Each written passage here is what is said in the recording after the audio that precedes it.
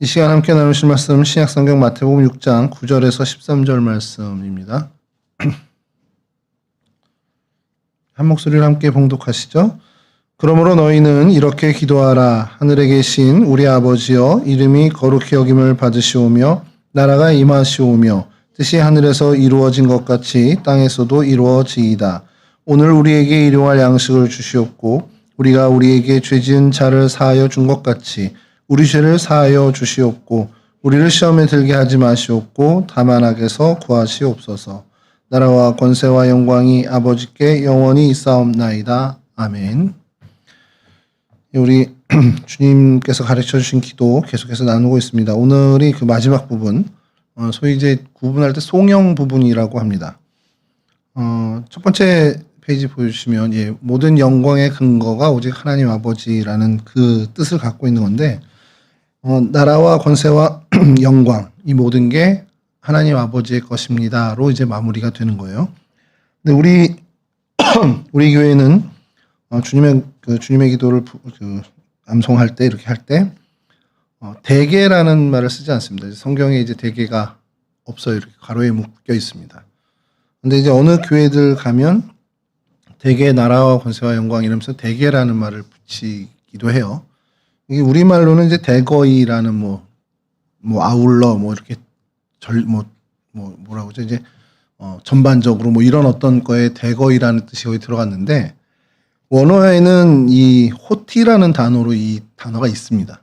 근데 이게 우리가 이제 괄호로 묶게 된 이유가, 이 호티라는 단어는 사실은 뭐뭐 때문에라는 뜻이에요. 그러니까 이렇게 쭉 앞에서부터 하늘에 계신 우리 아버지로 쭉 기도를 하잖아요. 이렇게 되기를 원합니다. 이렇게 해주세요라고 기도하면서 그러니까 호티가 들어간 건, 이 기도가 왜 그러냐?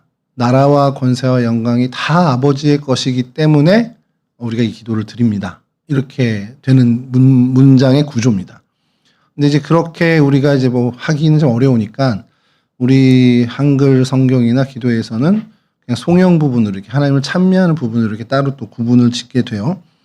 그래서 원래의 원어의 의미로 하면 이 모든 세계의 주권, 그러니까 나라, 통치도, 그리고 땅의 모든 권세, 그 힘도, 그리고 이 땅에 있는 모든 영광과 높임도 다 하나님 것이고 하나님을 향해야 합니다. 이것을 이제 마지막 송영에 넣은 겁니다.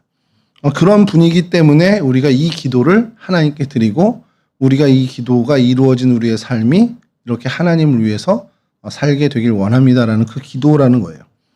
그래서 오늘 주님의 기도는 이렇게 이 송영으로 마무리가 되게 되는데, 맨 마지막은 우리가 잘 아는 아멘이라는 단어로 마무리가 됩니다. 이 아멘은요, 다음 페이지 보여주시면 마지막 서명 절차라고 보시면 됩니다. 쉽게 얘기해서 이 모든 나라도, 그러니까 주권도, 이 모든 힘도, 그리고 모든 영광과 높임도 다 하나님의 것이기 때문에 내가 이렇게 기도를 드립니다 하고는 내 서명을 하는 것과 마찬가지로 아멘 합니다. 아멘이라는 단어도 헬라어, 히브리어도 아멘이고 헬라어도 아멘입니다. 이 뜻은 진실로라는 뜻이 이제 아멘 아멘 레고, 그러면 내가 진실로 너희에게 말한다 할 때 아멘 아멘 레고 이렇게 써요. 근데 아멘이 진실로라는 뜻을 갖고 있고, 그 같은 연장선상에서 전적으로 동의합니다라는 뜻을 갖고 있습니다. 그래서 이 모든 기도를 드리고 내가 동의합니다. 이게 다시 확인해서, 내가 다시 한번 확인해서 하나님 동의합니다라고 하는 그런 어떻게 보면 서명을 하는 것과 같은 그 단어입니다. 좀 어려운데 여하튼 이 내용을 가지고 오늘 이 송영 부분, 마지막 부분을 우리가 나누려고 하는데요. 그러면서 이제 이 말씀 준비하면서 제가 좀 제 얘기를 조금 좀 해볼 필요가 있지 않을까라는 생각을 하게 됐어요. 제 평생의 시간 속에 가장 많은 부분을 차지한 건 교회였습니다. 그러니까 내 삶의 자리, 제가 놀던 곳, 즐거웠던 일들, 많은 추억이 사실 교회가 가장 큰 부분이었습니다. 어려서부터. 그러니까 교회 중심으로 살아왔던 것 같아요. 학교 끝나면 교회 가고, 교회 친구들하고 어울리고, 그냥 교회 사람 친구들과 지금도 이제 연락하면서 닿고. 그래서 제가 많은 이제 교회에서 놀고, 예배도 드리고 활동도 하는데, 모든 예배가 다 기억이 나느냐? 사실은 그렇진 않아요. 그 모든 예배가 제 마음에 다 각인되지는 분명히 않았습니다. 그러면 반대로 생각할 수 있죠. 그러면 그렇게 기억이 하나도 안 난다면 그 예배가 의미 있나? 이런 생각이 들 때가 있어요. 근데 그렇다고 내가 그렇게 기억을 못하고 각인이 안 됐다고 해서 그 모든 예배가 은혜롭지 못한 예배였냐? 그럼 그렇진 않습니다. 은혜로운 예배라는 건 사실 우리의 감정이 이제 고조된 거지 은혜롭지 않은 예배라는 건 사실 애초에 없습니다. 그러니까 우리의 마음의 문제인 거지 은혜가 임했다. 근데 우리가 보통 그거를 나의 감정이 좀 예민해지고 더 센치해졌어. 이거를 은혜 받았어. 이렇게 얘기하는 경우가 많죠. 이건 좀 나중에 우리가 기회 될 때 이걸 가지고 이 주제로 또 말씀을 나눌 건데 어쨌든 이 예배가 우리 마음에 좀 와닿는 형식이 있고 그렇지 않은 형식이 있을 수 있습니다. 그러니까 저와 여러분들의 큰 차이 중에 하나는 여러분들이 교회 학교에 자라날 때 교회 학교에서 드렸던 예배에 소위 말하는 찬양대, 성가대가 없었을 거예요. 뭐 있었던 경험도 있겠죠. 뭐 초등학교 1, 2학년 때 다닐 때는 우리 성가대도 있었어요. 이렇게 하는 경우인데 요즘 우리 교회 학교, 우리 교회뿐만 아니라 우리보다 규모가 큰 교회 역시도 찬양팀은 있어도 성가대가 있지는 않습니다. 거의 다가 그래요. 그게 뭐 트렌드인지 뭐 그건 잘 모르겠습니다만 인원이 부족해서 그럴 수도 있고 또 성가대를 운영할 만한 교사들도 좀 부족하고 아니면 뭐 여러 상황들 때문에 그게 좀 다른 형태를 갖게 된 경우도 있죠. 그리고 많은 경우에 청년부 예배를 보면 앞에 찬양을 하고 이게 소위 이게 명칭이 이게 정확한 건지 모르겠습니다. 열린 예배라고 해서 앞에 찬양을 하고 기도하고 그다음에 말씀 듣고 끝나는 굉장히 간소화된 형식의 청년부 예배가 대부분의 교회에서 드려지고 있어요.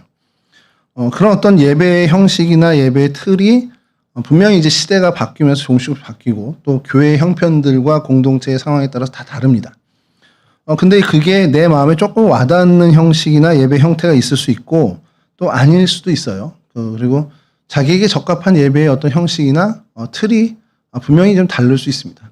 근데 그거는 사실 본질적인 건 아니죠. 예배에서 제일 중요한 건 내가 하나님을 기억하고 하나님과의 교제가 생겼다라면 그 예배는 예배가 되는 거고 아무리 정말 내 감정이 동요되고 막 눈물을 흘린다 해도 하나님과 전혀 무관한 어떤 그 감정의 고조였다면 그건 예배라고 볼 수가 없다라는 겁니다. 그냥 내 감정의 부흥이고 감정의 복받침일 수밖에 없는 거죠. 근데 이거를 좀 이제 우리가 나중에도 또 한번 생각해 볼 필요가 있는 문제이긴 한데 제가 이제 경험했던 것들을 오늘 좀 잠깐 얘기하고 말씀을 좀 짧게 맞추려고 합니다. 제가 조금 성격이 장점이자 단점일 수도 있는데 하나 꽂히면 굉장히 거기에 집착을 하고 막 답답해요. 근데 제가 관심 없는 건 너무 문외한이 될 정도로 관심이 없어서 아예 그냥 그 쳐다도 안 보는 그런 되게 좀 극단적인 성격을 갖고 있는 게 있습니다. 몇 해 전에 드라마 이제 OTT가 이제 막 우리나라에 처음 이제 들어오고 막 많은 이제 사람들이 이제 막 이제 가입을 하고 있을 그때 당시에 Move to Heaven이라는 드라마가 있었어요. 그러니까 천국으로 이사하다라는 뜻입니다. 그 제목 자체는. 근데 그 드라마에 제가 소위 말하는 꽂혔습니다. 그래서 14편을 이틀 동안 그냥 다 봤습니다. 거기에 이제 탕준상이라는 배우가 등장을 하는데 뭐 후에 라켓소년단 여기 이제 주인공으로 한 그 친구인데 그거에 꽂혀서 그래 우리의 죽음이 천국으로 이사를 가는 거다라는 어떤 그 주제에 완전 몰입돼가지고 그 드라마를 엄청 파고 또 거기에 이제 그 독거노인들이 돌아가셨을 때 그 청소하는 업체들 이런 상황들도 그때 좀 많이 알게 됐어요. 그러니까 굉장히 어떻게 보면 뽕을 뽑을 정도로 완전히 몰입해서 본 기억이 있습니다. 음악도 좀 그래요. 제가 여러분들은 기억을 잘 못하고 여러분들 기억에 제가 알고 있는 기억과 다른 가수가 윤종신이라는 가수가 있는데 제가 여러분 나이 때 윤종신이라는 가수에 완전히 꽂혀서 그 가수의 앨범을 뭐 전집을 다 사고 뭐 음악은 그냥 차에서 늘 그 음악만 틀어놓으니까 질리도록 그 음악만 듣는 겁니다. 아예 질릴 때까지. 그래서 윤종신이라는 가수도 뭐 파고 또 노래도 파고 그 노래에 담긴 어떻게 해서 이게 작사가 됐고 이 곡이 왜 어떻게 무슨 사연이 있어서 이런 노래가 만들어졌는지 뭐 그런 것까지 다 막 섭렵해가는 그런 모습이 있었어요. 근데 또 하나는 댄스곡에는 너무 관심이 없어서 제가 청년 시절에 있었던 댄스 가수 이름은 알아도 댄스 가수들의 노래에 대해서는 아예 처음 듣는 것 같은 그런 느낌 지금도 그러니까 아예 그 시절을 살았냐 하고 할 정도로 제 친구 중에는 너 그때 뭐 외국 나가 있었냐 이런 얘기 할 정도로 그 시절에 그 댄스곡은 아예 또 제가 관심이 없어 거의 무식할 정도로 그런 모습이 있습니다. 그게 저의 단점이지만 또 한편으로의 장점이 되기도 했습니다. 그러니까 쉽게 얘기해서 제가 교회가 너무 좋아서 교회를 딥답하다가 그러다가 목사가 된 케이스입니다.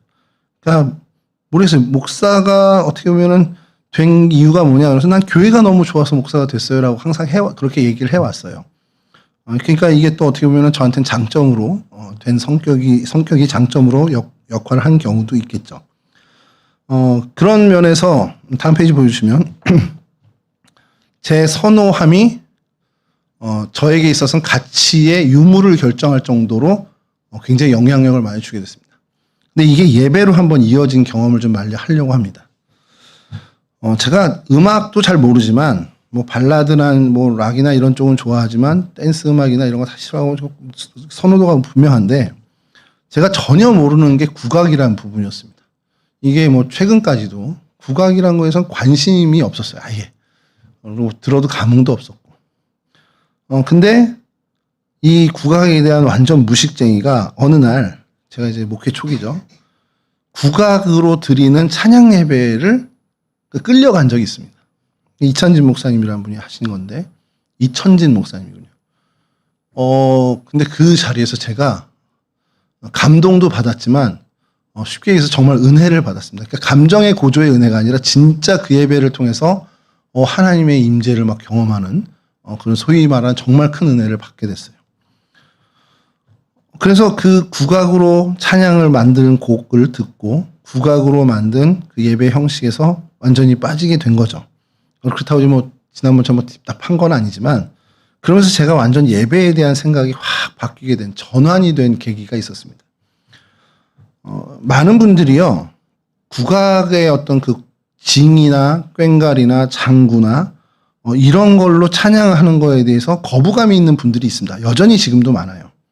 근데 그분들이 왜 그런가 이야기를 들어보면 이 국악에 사용됐던 국악기, 그 악기들이 대부분 우리 선조들이 소위 말하는 유흥을 즐기는 소위 기생집, 그리고 그런 곳에서 많이 사용됐던 악기고 또 하나는 굿당에서 많이 사용되던 악기고 음악이었다는 겁니다. 여러분들 뭐 학교 다닐 때 배웠겠지만 굿거리 장단이라는 거 들어보셨죠? 이 굿거리 장단은 굿할 때 쓰는 그 음악을 국악에서 이제 해온 겁니다. 그래서 그러니까 굿판에서나 쓰던 어떤 그 음악이고 굿이나 기생집에게 유흥을 즐기던 데 쓰던 악기인데 어떻게 그 악기를 가지고 예배를 드릴 수 있어? 이게 이제 선입견을 갖고 있는 오늘날에도 좀 그런 얘기를 하는 분들이 많이 있어요.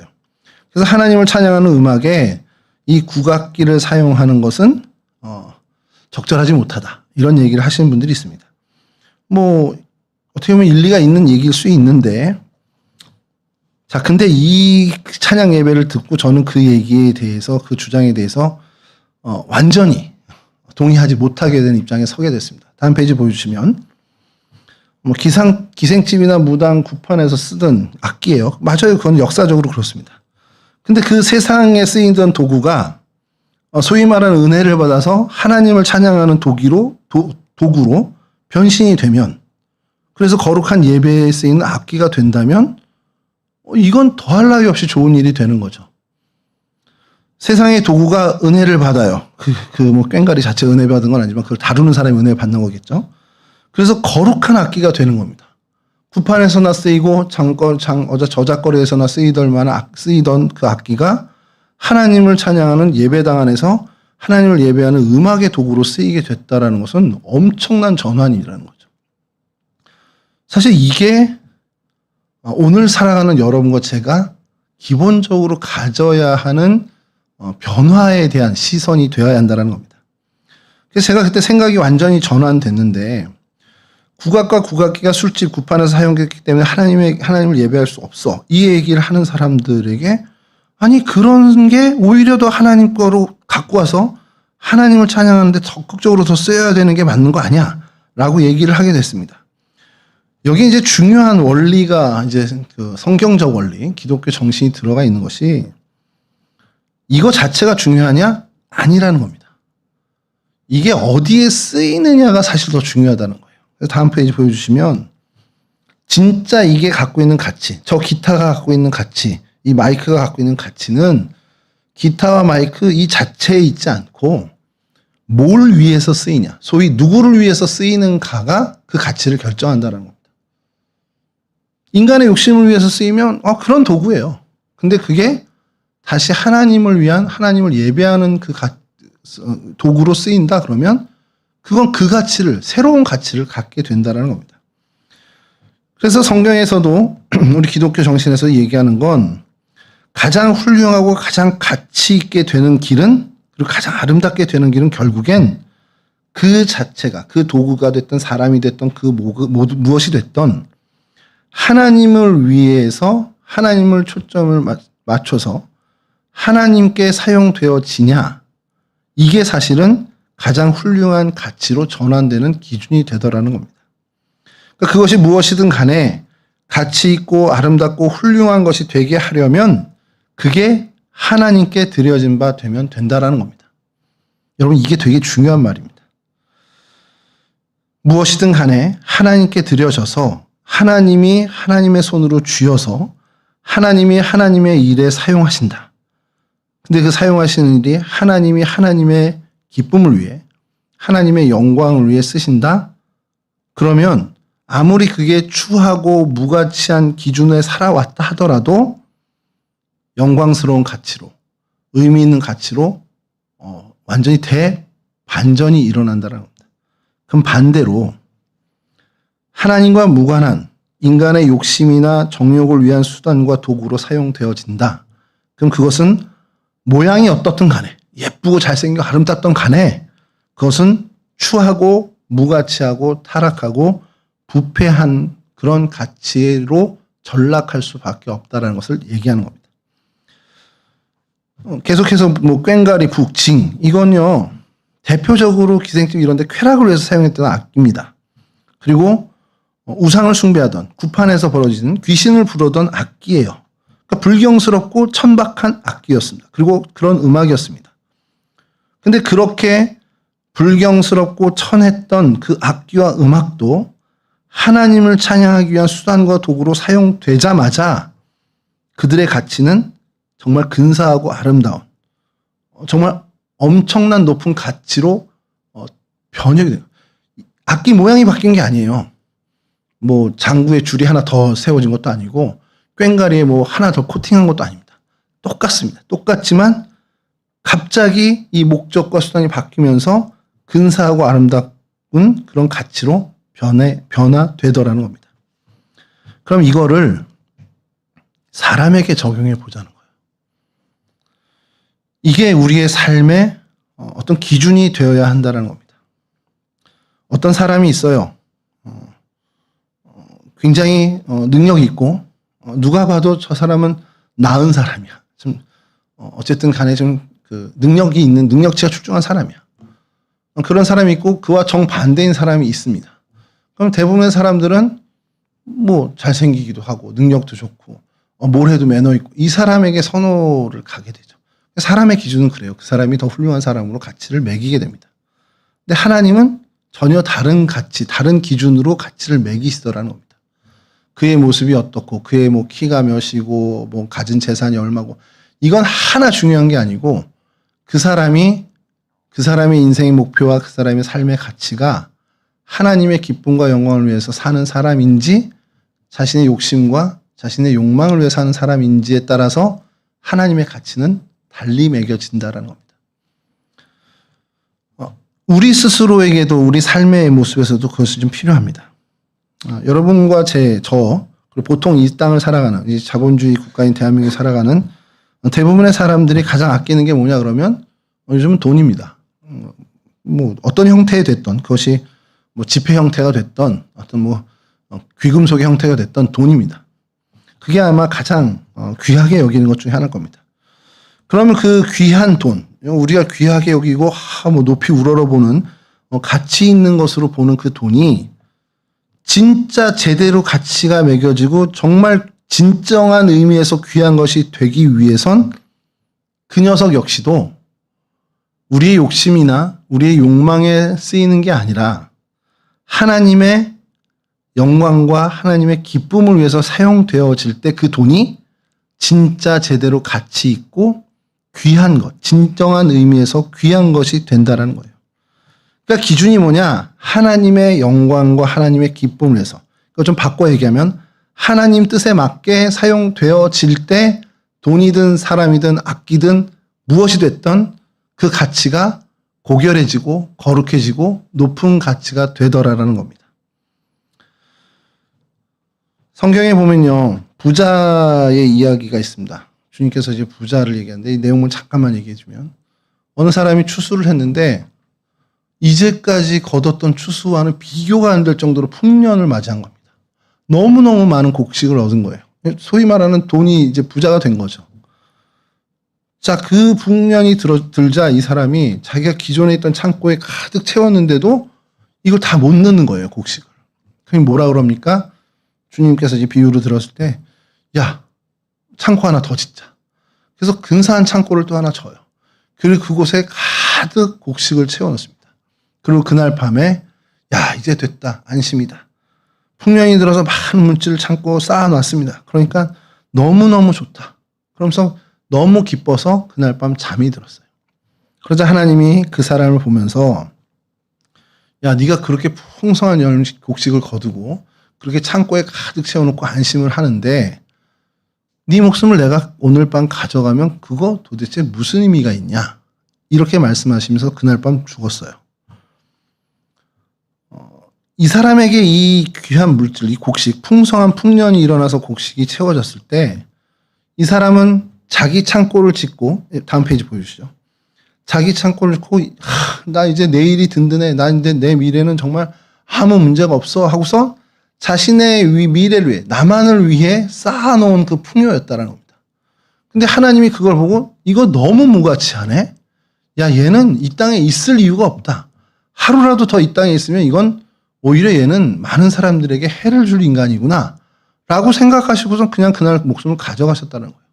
그러니까 그를 풍성케 했던 이 풍요로움은 결국 그에겐 저주거리가 돼버렸다는 거예요.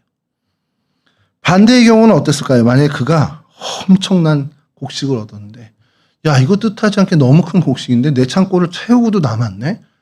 야, 하나님이 나한테 이걸 왜 주셨을까? 아, 그래. 옆 동네에 밥 굽는 사람이 많았댔지. 야, 저 강 건너에는 흉년이 들었다 그랬지. 아, 그 사람들을 위해서 내가 좀 이걸 나눠야겠구나.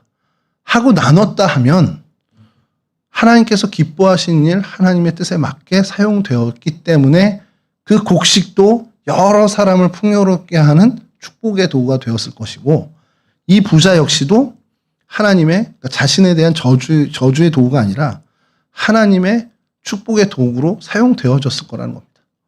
그러니까 주님께서 그 밤에 그날 밤 그 영혼을 가져간 그 부자의 비유를 하시면서 그 비유를 듣는 당시의 사람들이나 오늘 그 성경에 있는 우리에게 하시는 말씀은 결국 우리에게 가진 모든 것, 이 모든 소유가 됐던 무엇이든 재능이 됐던 달란트가 됐던 이것이 어디를 목적하에 가야 되는지를 생각해 보라라는 것을 말씀해 주고 있습니다.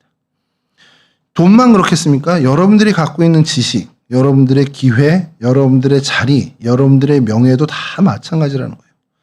그거 자체로는 이게 우리에게 축복이냐 저주냐 그걸 구분할 수 없습니다. 근데 그걸 가지고 누구를 위하여 누구 뜻에 합당하게 사용하느냐에 따라서 축복의 도구가 될 수도 있고 저주의 도구가 될 수도 있다는 사실을 기억해야 한다는 것이죠. 그럼 뭐냐? 결론은 이겁니다. 다음 페이지 보여주시면 무엇이 됐든 무엇을 하든 어떤 모양이든 다 하나님의 영광을 위해서 이것이 초점을 맞춰줘야 된다는 겁니다. 여러분들의 축복된 삶의 비결은 하나님의 영광, 하나님의 기쁨을 위해서 사용되어질 때 그것이 여러분들에게 진짜 축복으로 다가오게 된다는 것이죠. 여러분들의 행동이 있어요. 먹는 것, 마시는 것, 무슨 행동이든. 나 자신만 구해 내 유익만을 구한다? 그건 저주예요. 여러분들을 망치는 도구가 됩니다. 근데 그게 하나님의 영광, 하나님이 기뻐하실 만한 다른 사람들의 유익을 위해서 쓰여진다? 그럼 그것은 축복의 도구가 되고 생명의 도구가 됩니다. 이게 진짜 잘 사는 거라는 거예요. 고린도전서 10장 31절 이하를 좀 읽어드리겠습니다. 다음 페이지 보여주시면 제가 읽어드릴게요. 그런즉 너희가 먹든지 마시든지 무엇을 하든지 다 하나님의 영광, 이건 기쁨으로 바꿔서 얘기해도 됩니다. 하나님의 기쁨을 위해서 하라. 유대인에게나 헬라인에게나 하나님의 교회에나 거치는 자, 걸림돌 되는 그런 거치는 자가 되지 말고 나와 같이 모든 일에 모든 사람을 기쁘게 하여 자신의 유익을 구하지 아니하고 많은 사람의 유익을 구하여 그들로 구원을 받게 하라. 그러니까 하나님이 기뻐하시는 것은 이 사람들의 구원이에요. 그들의 구원을 이루기 위해서 이 사람들을 이롭게 하는 일을 하라는 것이 이제 사도 바울이 이야기하는 겁니다. 고린도 교회에다 얘기하는 거예요. 그러니까 먹든지 마시든 뭘 하든 하나님의 영광, 하나님의 기쁨을 위해서 어떻게 쓸까, 어떻게 할까라는 걸 고민하는 사람이 되라라는 얘기입니다. 그렇게 될 때 그 사람의 인생을 사용해서 하나님이 많은 믿지 않는 사람들뿐만 아니라 하나님과 거리가 멀어진 사람들을 다 하나님께로 되돌리는 도구로 쓰신다는 거예요. 디모데후서 2장 20절에도 같은 말씀이 있는데 이게 페이지가 바뀌었을 것 같은데 그 디모데후서 먼저 좀 띄워주실래요? 이것도 좀 읽어드리겠습니다. 큰 집에는 금그릇과 은그릇뿐 아니라 나무그릇과 질그릇도 있어 귀하게 쓰는 것도 있고 천하게 쓰는 것도 있나니 그러므로 누구든지 이런 것에는 자기를 깨끗하게 하며 귀히 쓰는 그릇이 되어 거룩하고 주인의 쓰임에 합당하며 모든 선한 일에 준비함이 되리라. 그러니까 뭘 하든지 하나님의 영광을 위해 산다는 게 어떤 거냐? 이 디모데에게 가르쳐 주는 겁니다. 니네 집 가면은 금그릇도 있고 은그릇도 있고 나무그릇도 있지. 그리고 흙으로 만든 질그릇도 있지. 여러분 집에도 그릇이 다 있죠. 여러분들이 아끼는 그릇이 따로 있지 않습니까? 이거는 내 그릇이야. 동생도 손대면 안 되고 아빠 엄마도 손대면 안 돼. 이건 내 그릇이야. 하고서 그렇게 애착하는 그릇이 있어요. 있을 겁니다. 그리고 커피를 마실 때 쓰는 그릇이 있고 물 마실 때 쓰는 그릇이 구분할 필요는 없지만 그렇게 또 구분하는 사람들도 있습니다. 자, 근데 이게 금으로 만들어진 그릇과 나무로 만든 그릇 아니면 흙으로 만든 그 질그릇이 있어요. 여러분에게 야 어느 게 더 너한테 마음에 들어? 라고 하면 여러분 어디 하겠습니까? 이 금으로 만든 그릇과 흙으로 만든 그릇. 좀 숟가락을 해야 되나? 금숟가락하고 흙숟가락. 가지라면 어느 거 같겠습니까? 금숟가락. 자, 근데 바꿔 얘기해야 돼. 밥 먹을 때. 금숟가락으로 밥 먹을래? 나무로 만든 나무숟가락으로 밥 먹을래? 그러면 금숟가락을 보통 하죠. 근데 똥 묻은 숟가락하고 깨끗한 숟가락하고 들이밀면 금이든 흙이든 아무 상관없죠. 깨끗한 거 가지고 밥을 먹을 거예요. 그 얘기를 하는 겁니다. 귀한 것이냐 아니냐 그 가치를 결정하는 건 그 재료나 재질이나 모양이나 그게 아니라는 거예요. 이걸 가지고 뭘 하느냐. 만약에 이걸 갖고 음식을 덜을 거면 주인이 깨끗하게 씻은 다음에 쓰겠죠. 근데 뭐 화분에서 흙을 담는다면 그럴 필요 없잖아요. 그러니까 이 쓰임의 목적에 따라서 얘를 깨끗하게 하실 수도 있고 그냥 더럽게 놔둘 수도 있는 겁니다. 그러니까 더럽다 깨끗하다 이것도 중요한 게 아닙니다. 뭘로 만들었냐 이것도 중요한 게 아닙니다. 결정짓는 건 어디에 쓰실 거냐 주인이 어디에다 쓰느냐에 따라서 이 가치가 달라진다는 겁니다. 이걸 좀 얘기하고 싶은 거예요. 이기적인 욕심에 따라서 쓰임을 받냐 아니면 주인의 목적하에 쓰임을 받느냐. 그러면 어떠한 모양이든 어떠한 재질은 이건 아무 상관이 없는 겁니다. 말씀을 마칠게요. 마지막 페이지는 놔두고요. 여러분들의 인생이 세상의 기준으로 봤을 때 사람들이 얘는 뭐 이러이러한 환경이고 배경도 이렇고 학교도 여기 나오고 얘 이 정도 일을 맡겨봤더니 잘하네. 그래서 여러분들을 높게 쳐줄 수 있어요. 반대의 경우도 있겠죠. 일을 맡겨봤는데 얘 별로야. 이거 일을 잘 못하네. 얘 배경도 좀 그래. 얘 학교도 그냥 그러네. 그래서 사람들이 낮게 볼 수도 있습니다. 세상은 그래요. 그걸 불만 갖지 마세요. 세상은 원래 그래요. 세상은 여러분과 저를 좋게 볼 수도 있고 나쁘게 볼 수도 있습니다. 근데 여러분 거기서 여러분들의 인생이 결정되지 않더라는 거예요. 저도 인생을 살아보니까 그게 여러분들의 인생을 결정짓지 않더라는 거예요. 조금 자존심 상할 수 있고 조금 기분 나쁠 수 있어요. 근데 그게 여러분들의 인생의 결정적인 일은 안 되더라는 거예요. 그럼 여러분들의 인생이 진짜 결정적인 게 뭐냐? 하나님이 인정해 주시냐 아니냐예요. 내가 비록 세상의 기준으로는 좀 아닌 것 같아. 세상의 기준도 넘으면 좋지만 못 넘을 수도 있잖아요. 근데 그게 중요한 게 아닌 게 하나님이 나를 인정해 주시면 세상이 아무리 뛰어나게 인정해도 그 사람을 넘어서는 인생이 되더라는 겁니다. 그러니까 여러분들이 목숨을 걸어야 되는 건 하나님이 여러분들을 인정해 주시는 그것에 목숨을 좀 걸었으면 좋겠습니다. 그게 하나님으로부터 쓰임받는 인생이고 여러분들의 인생의 목적이 하나님께로 초점 맞춰진 오늘 주님의 기도 마지막에 있는 모든 영광도 하나님께 있고 모든 주권도 하나님께 있고 모든 권세도 하나님께 있기에 내가 하나님께 모든 걸 초점 맞추고 내가 살아가며 얻게 되는 영광과 살아가면서 얻게 되는 좋은 모든 것들은 다 하나님께로 돌리겠습니다. 이 인생이 될 때 하나님이 여러분들을 인정해 주시고 하나님이 여러분들을 소위 말하는 책임져 주시더라는 거예요. 그러면 세상의 살이 아무 문제 없습니다. 세상 사람들의 기준에 제가 뭐 저렇게 행복하겠어? 라고 생각해도 여러분들은 한없는 행복과 기쁨으로 여러분들의 인생이 가득 차요. 그게 여러분 인생의 정말 어마어마한 비밀입니다. 근데 이걸 청년 때 잘 못 느껴요. 인생을 좀 살아보니까 그렇더라 이렇게 되지. 그러니까 여러분들의 성패는 어디서 결정나냐? 이거를 한 살이라도 더 어릴 때, 한 살이라도 젊을 때 깨우쳐서 그 목적을 가지고 그 목적에 맞게 여러분들이 살면 그 인생은 정말 그 다른 사람들을 훨씬 더 앞서 나가는 인생이 되더라는 겁니다. 그러면 여러분 하나님에게 초점을 맞추고 하나님으로부터 쓰임받는다. 이게 어떠냐? 구체적으로 뭘 얘기하냐? 여러분들의 인생의 원리, 삶의 원리를 말씀의 정신으로 바꾸라는 겁니다. 다음 페이지 보여주시면 나 하나님께 드릴게요. 나 하나님께 드린 인생 되고 싶어요. 나 하나님 받아주세요. 이게 뭐냐? 세상의 논리대로 사는 게 아니라 세상의 논리에 꽂혀 사는 게 아니라 여러분들의 삶의 작동 원리를 말씀으로 바꿔버리는 겁니다. 모든 기준이 바뀌는 거예요. 야, 주님이라면 이거 어떻게 생각하실까? 주님이 내가 지금 이 선택의 기로에서 어느 거를 선택하는 걸 바라실까? 늘 이 질문과 이 기준을 갖고 살아가는 겁니다. 예수님이라면 어떻게 할까? 하나님이 나에게 지금 뭘 기대하실까? 그럼 그 답이 어디 있습니까? 말씀에 다 있어요. 그러니까 여러분들이 말씀을 가까이 하고 말씀에 익숙하고 말씀을 여러분들이 늘 묵상하는 삶을 살면 그 말씀을 통해서 하나님이 여러분들께 계속 얘기하실 겁니다. 그럼 여러분들이 선택의 길에 섰을 때 그냥 본능적으로 이게 하나님 뜻이구나. 그리고 선택하는 사람이 되더라는 겁니다.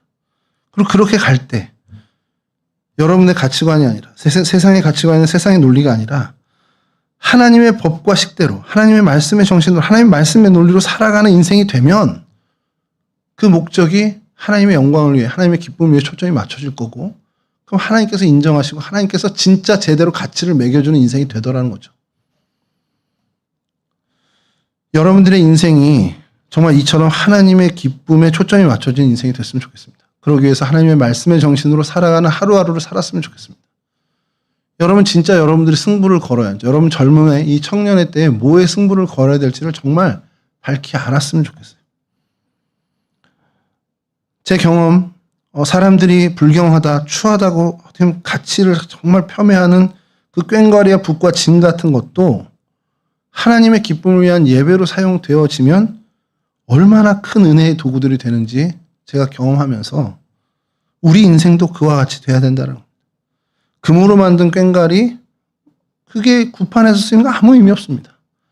그냥 노수로 만든 꽹과리라도 하나님을 찬양하는 데 쓰이면 그거는 금으로 만들어서 구판에 쓰이는 것보다 훨씬 더 높은 가치의 꽹과리가 되더라는 겁니다. 여러분들의 인생도 마찬가지죠. 여러분들이 소위 말하는 세상의 사람들의 선거하는 기준에 넘어서는 그런 어떤 직업을 갖고 어떤 수익을 얻었어요. 근데 여러분들의 개인의 욕심과 여러분들의 욕망과 여러분들의 야욕을 위해서 여러분들의 인생에 사용된다. 그거는 정말 하나님 앞에 아무 무가치한 인생이 되어버립니다. 그러나 세상의 기준으로는 좀 덜한 것 같고 모자란 것 같지만 하나님을 위한 인생, 하나님의 기쁨을 위한 인생으로 여러분들이 살게 되고 초점이 맞춰진다면 어떠한 인생보다도 고가치, 훨씬 더 가치로운 인생, 거룩한 위치의 삶이 된다라는 것. 그럼 그것은 하나님이 책임져 주시는 하나님만이 주실 수 있는 그 기쁨과 행복을 누리는 인생이 된다라는 사실을 여러분 잊지 않았으면 좋겠습니다. 그래서 여러분 기도해야 됩니다. 마지막 페이지죠. 왜 기도해야 되냐? 이 나라와 권세와 영광, 이게 다 하나님께 맞춰지는 그 삶을 내가 살고 싶습니다. 내 모든 삶을 통해 하나님의 영광을 위해서, 하나님의 권세와 하나님의 나라를 위해서 사는 인생 됐으면 좋겠습니다. 그리고 그 앞선 기도의 모든 것들도 내가 그렇게 살 능력이 내 안에 애초에 없는 걸 하나님 아니까 내가 하나님 그렇게 살 수 있도록 나를 좀 붙잡아 주십시오. 여러분 그렇게 기도하지 않고는 나는 내 개인의 욕심대로 살 수 있는 그런 자연스럽게 사는 건 여러분들이 그냥 자연스럽게 사는 건 여러분들의 욕심과 여러분들의 이득을 위해 사는 게 자연스러워요. 그냥 내버려 두면 그냥 가만히만 두면 여러분들 하나님으로부터 멀어집니다. 그러지 않기 위해서 기도해야 하라는 거예요. 하나님 나는 가만히 있으면 내 욕심에 따라 사는 사람이고 내 편함을 따라서 사는 사람이니까 하나님 나를 좀 붙잡아 주셔서 하나님이 하나님의 영광을 위해서 하나님의 기쁨을 위해서 나를 좀 사용해 주십시오. 이 기도를 늘 드려야 해요. 그래야 내 인생이 하나님으로부터 멀어지는 그 자연스러움을 벗어나서 하나님께 가까워지는 인생이 되더라는 겁니다. 끊임없이 하나님께 기도하는, 그리고 내 가장 인생의 삶의 원리를, 내 인생의 정말 가치를 하나님께만 맞추는 그러한 거룩한 가치, 거룩한 도구로 사는 그러한 결단을 좀 내렸으면 좋겠습니다. 나라와 권세와 영광이 내게 있는 것도 아니고 저 세상에 있는 것도 아니고 이 나라의 국가에 있는 것도 아니고 나라와 권세와 영광이 오직 하나님 아버지께 있다는 것을 기억하고 내 삶을 통해 드러나는 기쁨, 내 삶을 통해서 이루어지는 많은 좋은 결실들을 하나님의 기쁨을 위해서 드릴 수 있는, 그렇게 정말 하나님의 권세와 하나님의 영광과 나라를 위해서 살아가는 거룩한 하나님 백성들 되었으면 좋겠습니다. 이와 같은 기도로 늘 하나님 앞에 서는, 그래서 여러분 진짜 하나님이 주시는 그 높은 가치로 하나님의 인정을 받는, 그래서 하나님이 주시는 그 귀한 기쁨과 행복을 누리는 진짜 제대로 기쁜 인생, 진짜 행복자라고 하나님 부르실 만한 인생이 되실 수 있기를 주님의 이름으로 간절히 축원합니다. 기도할게요.